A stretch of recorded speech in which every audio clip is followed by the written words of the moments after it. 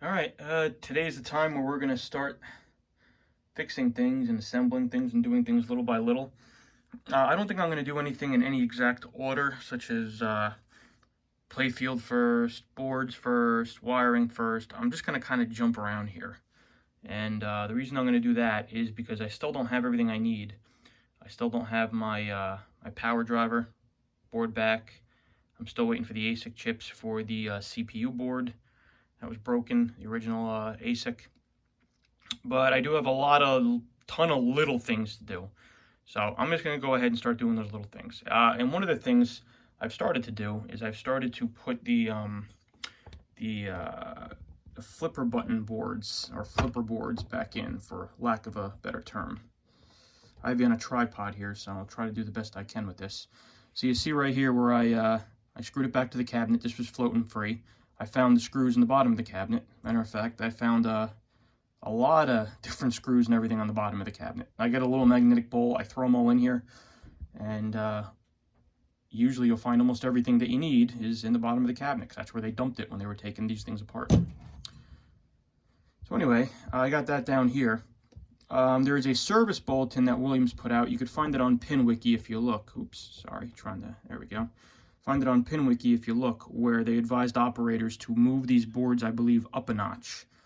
Sometimes the boards were too low, and they weren't affording for that total interruption or connecting of the opto, right? Because that's how this works. You have your optos here. There we go, better.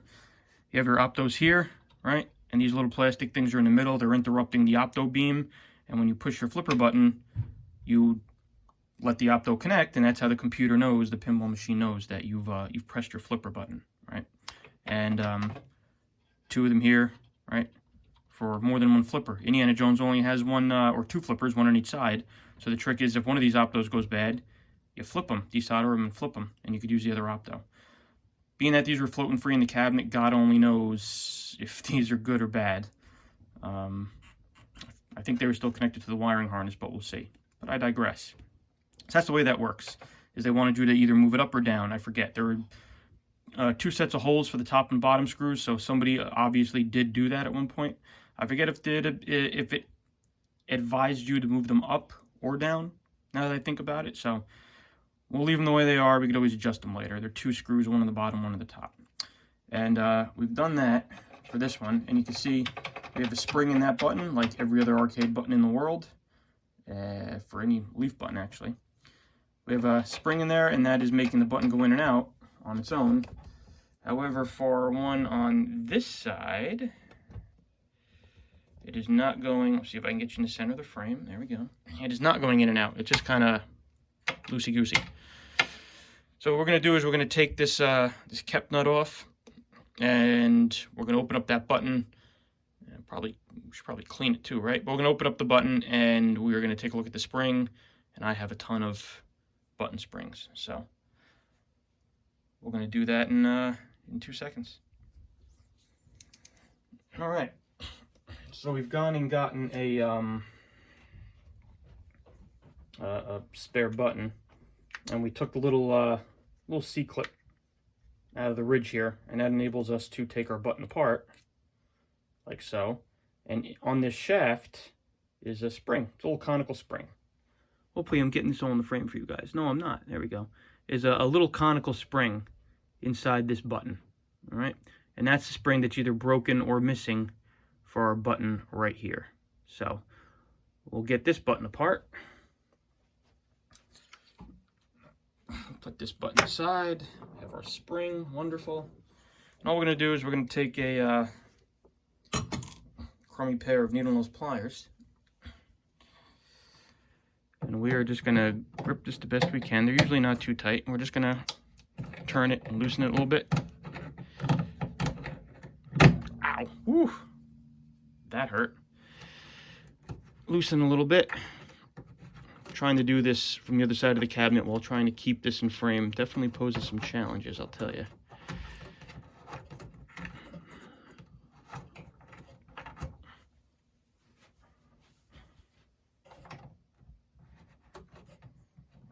use two hands. Better idea, right? There's our button. There's our cap nut. We'll keep that here. And we'll open up our button here. Oh, we got to take our... Oh, there's not even a seat clip in there. That's interesting.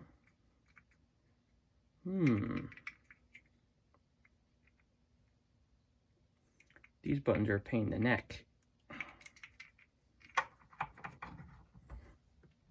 I don't think we're getting that one apart, people. So we're going to go to our box of buttons, and we are going to look to see if we have a suitable replacement. Let's see.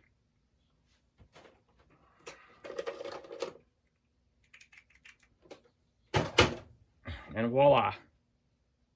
Looks like we do. This should do it. I'm actually going to take this one apart, and I'm going to... Where are we in the frame? There we go. I'm going to take this one apart, and we're going to clean it a little bit. But as you see, it does the job. A little bit different than the other one, but it should work. So let me clean this up, and we'll come back. All right, I went and found actually even a nicer one. This one's nice and clean. Might even be relatively new. So we're just going to use this one. Installation is the opposite of reverse, or disassembly, as they say, right? Get this guy on here. I'll tighten him up a little bit. It's easier for me doing it from this side of the cabinet than the other side. Now they do make like button wrenches and everything you can get for this that fit around these nuts and can navigate like some of the recesses and everything that these wind up in. But I just used a good old needle nose pliers. All right, there, we're good there. Now we're going to take our flipper board right here, and we're going to stick that back on there. Get our screw ready. Yes, I know I'm blocking you. I apologize. All right, and just a word to the wise, especially when you're working on pinball machines. All right, as far as screw lengths go, make sure you're using the right screw lengths. Many has been the unfortunate incident, especially when working under the playfield, that people get screws that are too long, and they screw them into the bottom of the playfield, and they poke up onto the surface of the playfield. That's never good. Don't do that. All right, so with these screws, these boards are thick with these plastic holders on them, but I took it and I laid it against the side of the cabinet just to get an idea if it was going to poke through. And as I did the ones over on the other side, these are the same screws as the other side. As I did the ones on the other side, I put my hand right where I was, the other side of where I was screwing into. And that way, God forbid, I started feeling it poke through, I could stop before I did any worse damage. So, ask me how I know about that. Yeah, and I think many other people over the years, I think, probably have made that mistake or similar. It happens, right? So let's get another screw to see if we have another one big enough to go in there for my collection of screws. And it doesn't look like I do. All right, so you don't have to watch me screw screws in. You got the idea, right? We changed the button out, right? Could change the spring. That was one that didn't come apart, so we changed the button out. And when this sits the way it's supposed to be sitting, when we get that other screw in there, as you can see, we're going to press that button, and it's going to let the opto connect. And that is how our flippers work with this and with, well, pretty much a lot of Williams games after a certain point. They got away from the switches and they went to optos for flippers. So, all right, let's see what other little job we could tackle, shall we?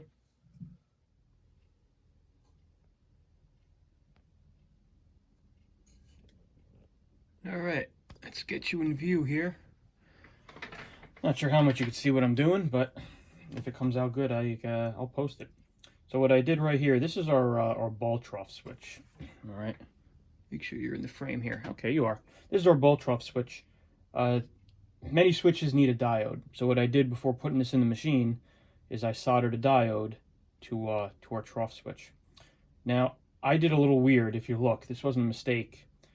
The wires are going to have to connect to the front blade here and the middle blade. Front terminal and middle terminal. Not the rear terminal. And the reason we do this is, well, the reason I did it the way I did it, right? You can see I have my diode soldered through here, but then I soldered it kind of up high here, right? Is I like to use little spade connectors, or 1/4-inch ones, so I can just plug the wire on, plug the wire off. Some people don't like those because they're afraid they're going to come off, but if they come off, they come off. You plug them back in, you crimp them down a little bit with some needle nose pliers. I've been doing this for years. I've never had a problem. And the reason I solder this high enough is because that gives me a place to plug in that little spade connector there. So I have to have one here and one here. And the diode goes the way it goes. So there you go. That's one little soldering project I just did. The other one we're going to do is we are going to put a new LED emitter on our board here. All right. I am not sure there is a right way and a wrong way to put these on. I'm not sure what the right way or wrong way is. I'm sure I could look at the schematics and figure it out, but you know what? I'm just gonna kind of go for it. I could always switch it around if things don't work out. So here have our emitters.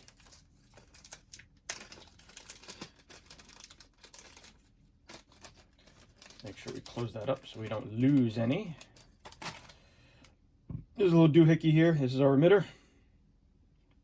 And this needs to go in this board here. So I'm going to say that this is the way it needs to go. Let's open that solder through a hole up a little bit here. There we go.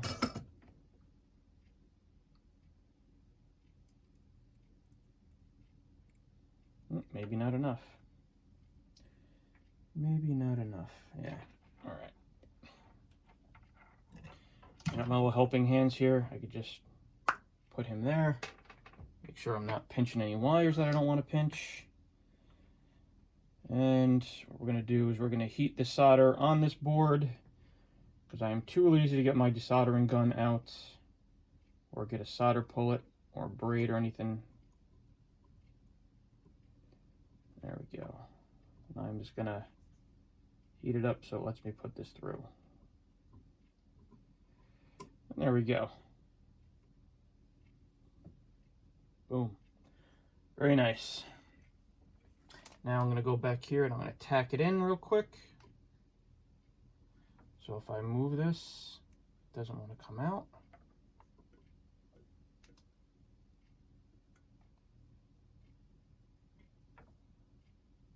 Make sure I got this straight.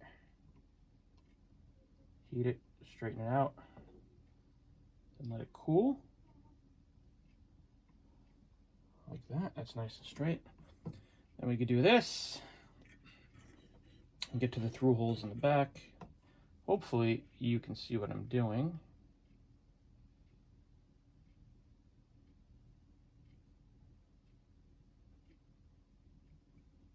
Hopefully I can see what I'm doing.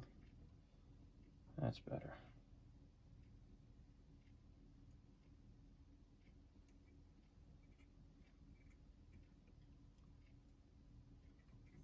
All right, what's going on here?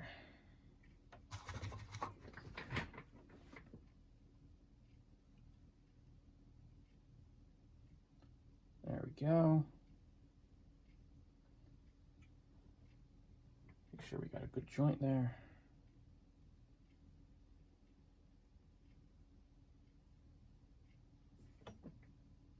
Good. Should be good. Let's inspect our work. Make sure we did not bridge anything, and we didn't. We're good. You can see right there. Two nice solder joints.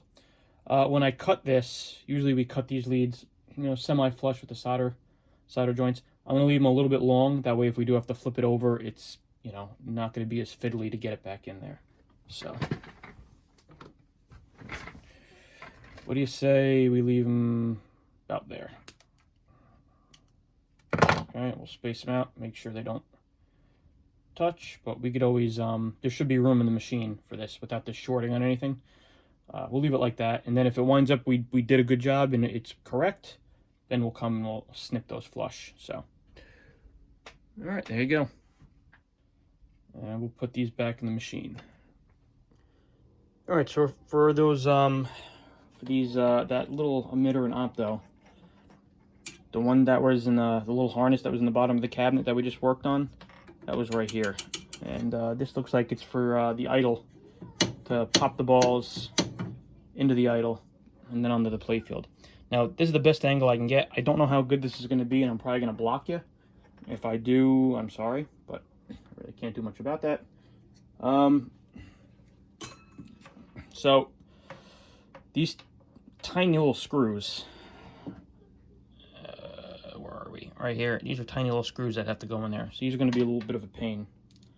I have my little Weeha precision screwdriver. And what you do is you put the emitter in that hole there. Alright, and then we just crank this down the best we can. Hopefully these screws aren't too long. No, they seem like they're going to do the job. And there you go. And then we're going to do the same with our emitter. We have plenty of room. I can't show you that. I'm not going to bother recording me doing this because this is going to be a little bit of a pain to get back there. But that's pretty much how we do that, right? Easy peasy. Simple so far. And when we put that switch up on the ball trough switch back in, then we'll cut back in. All right, well, this is all the way up in the air, and I can't get my tripod that high. So as you can see, all we're doing here, I got this these nice plastic brackets I showed you. The switch, there's our diode and our switch.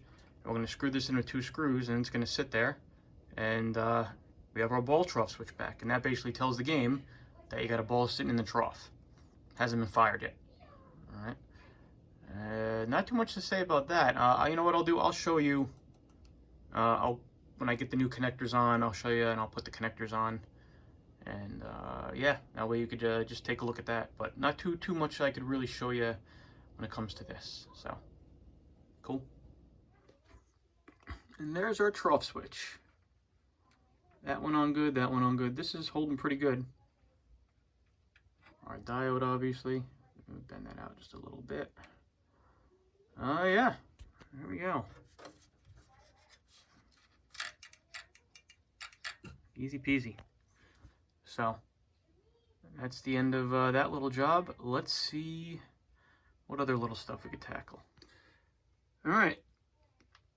I just took the old flipper assemblies out.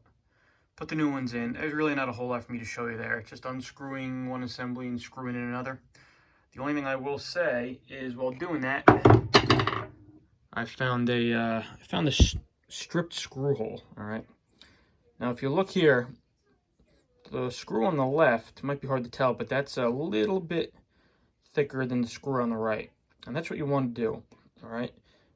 If you have a screw hole that's slightly stripped, it wasn't totally stripped out. It was slightly stripped out. All the other ones were fine. You want to get a screw that's a little bit bigger. Very important to remember, like we touched on before, a screw that's a little bit bigger as far as its width, not length. That's, like I said, been the death of so many playfields is people using screws that are too long and screwing right up through the bottom of the playfield. We don't want to do that. So this screw here on the left is my new screw. It's a little bit thicker, and it's the same length as my old screw. And that's very, very important, is the length. So, all right. So after we put that new screw in, I'm just going to go right there. That little screw hole right there on the top left. Everything else is screwed in. We're not going to bother going wiring up these flippers now. We're going to wait till we put the flipper bats in and the rubbers after we clean up the playfield. But yeah, the other thing we could probably do, we could probably put our new trough boards in. Yeah, maybe we'll do that. We'll stick our trough boards in there. The reason I'm doing this, I'm trying to get these assemblies in and all this, these little odds and ends, is because I want to clean up my workspace. Right now, my workspace boxes, these are the old flipper assemblies. Those parts are still good. Those flipper plates are in good shape. They're not cracked. They're not soldered. So we could save the plates themselves. Everything else is junk, probably. I need to clean up my my workspace here. So the more parts I could put on the machine, the cleaner I can get my workspace. So when we come back, I'll show you how I'll show you the ball trough boards, and we'll put them on. Here are nice shiny new ball trough boards. There's our emitter board and our receiver board. They're made by Home Pin, which I believe is an Australian company. I got them from for Pinball Life, though. So pretty much everything I've gotten for this project is Pinball Life and Arcade Shop. Two very good parts sites. So the challenge is I gotta figure out what size screws I need to use to get these in here, which isn't the end of the world, but that's something I gotta go and tinker with, and then I'll come back and I'll show you them installed, and we'll plug the harnesses back in. It's another reason I'm doing some of this stuff, is to get these little unplugged harnesses on the flipper boards, on that opto, on the trough switch, all these little floating wires. I like to find homes for them. It makes me feel better when I know where they go. So I'll come back and I'll show you this installed. I'm not going to show you me installing it because I have no way to get the camera up there. All right, so I went a couple steps ahead. When I was fitting the opto boards onto the trough, part of the board, a little corner of the board was the solder points were coming into contact with parts of the trough. So I said, you know what, let me go rectify this. I took the trough apart, and I bent out that this side of the trough a little bit, so it clears. It's the Home Pin. It's the replacement board. I don't know why. I mean, the original boards have a cut where they miss the metal, but those boards go right under the metal, and I tried putting a little bit of tape on it, and I wasn't happy with it. So I decided, no, let me just go, I'll take it apart, I'll clean it, and I'll bend it out. So there, I bent that side out. That won't affect anything. I bent the side. I didn't bend the part of the metal where the main trough attaches to. So it won't interfere with any fit, won't interfere with any threading of bolts or anything like that. I just bent that out a little bit with a vise and a crowbar. That's some thick metal. That was pretty tough. So I did that, and this gives me the opportunity to clean this too. As you can see, it's nasty. And then the other thing, I had to get rid of these little divots. Now, I don't think they were going to cause a huge problem, and I don't know if you could see them. I'm out here in the sunlight on purpose. If you look right there in the center of your screen, on the left side rail there, you see that little divot? It's not so much pronounced on the right as it is the left. Those are little divots, and if you watch Clay Harrell's This Old Pinball, which is an excellent video series, by the way, you can see another little divot there too, right in the middle of your screen, right there and right there. If you watch Clay Harrell's This Old Pinball, what he tells you to do is, well, the problem is, oh my, shed such a mess. Those can cause the balls to hang up and not roll down the trough, because your trough is, it's level on the playfield like this, and you see there's that incline. That's the incline that your balls, your pinballs have to go down toward the playfield. And sometimes it's not enough, because if you have those divots, they won't make the journey, and they'll stick in those divots. So what he recommends is just take a metal file, like I did here, and I just started and I stopped because I wanted to show you guys. Take a metal file and just go and file out the divots. All right, you don't want to take a lot of material off. You just want to do it a little bit, just so there's nothing there to stop the ball. You want to round it out, basically, or smooth it out, depending on how you look at it. But probably another like 30 seconds of filing, and this will be fixed. And it's also a good thing I took this apart. Ugh, look at that. Last thing we want on a nice clean playing field is balls that have to roll through that. So anyway, I'm going to do this, and then actually I'm going to take a break from the pinball and clean out this shed. Ooh. So, see you in a bit. All right, I think our ball trough is good. Now the space I was talking about, let's see if I can show you this, is right there. I know it's not focusing very well. There it goes, right there. See right here between the board and the metal? That was touching that board before. And I had everything installed right, so not a great design. But what I've done, like I said, is I've taken this in a vise and I've bent that lip out, so now it doesn't make contact. On the other side, it looks like it's touching, but it's not. You can see there, there's no solder points anywhere near the metal on that board, so that wasn't a big deal. While we had it out, like I said, we filed it to get the divots out. I was going to replace this rubber stopper. I thought I had some, I guess not. Not really that important. I cleaned it pretty well, so it's doing its job. It's still pliable. And we cleaned this little section of under the apron. Look how nice that is. Whew, beautiful. So what I guess we'll do now is I think we're going to take the rest of this apron, these ball guides off the apron, just so we can clean the rest of this apron out while we have it up. And yeah, I think that's actually probably going to do it for this video. It's now Saturday afternoon. We have dinner plans later, a couple things to do with the kids, get them ready for the babysitter. So I'm gonna clean this up real quick and I'll show you when it's all cleaned up and shiny. Everyone loves shiny playfield pictures. And then I think we're gonna call it and we'll come back tomorrow. And voila, there we go. Nice and clean. Oh, so nice. It has a lot of this crusty stuff in here. I'll probably go over that with some Novas too. Got a nice big brand new bottle, so it can still use a little bit of cleaning. But this is the beginning of, I guess of stripping our playfield down, right? Might as well be. Usually I work from the top down. I think I'm still going to do that. But it was nice to be able to get that part off and clean. Now we got this all in working order, so we hope. Connectors are all plugged back in, are ready to go. Like I said, I'm not going to wire up the flippers yet. I'll wait a little while for that. There's no rush on that. So, okay. When we come back tomorrow, that playfield's coming apart. Eesh, it's really dirty and dusty. So I'll take it, not step by step, but I'll take you stage through cleaning this thing up, or taking it apart anyway. All right, cool. Thanks for watching. We'll be back soon.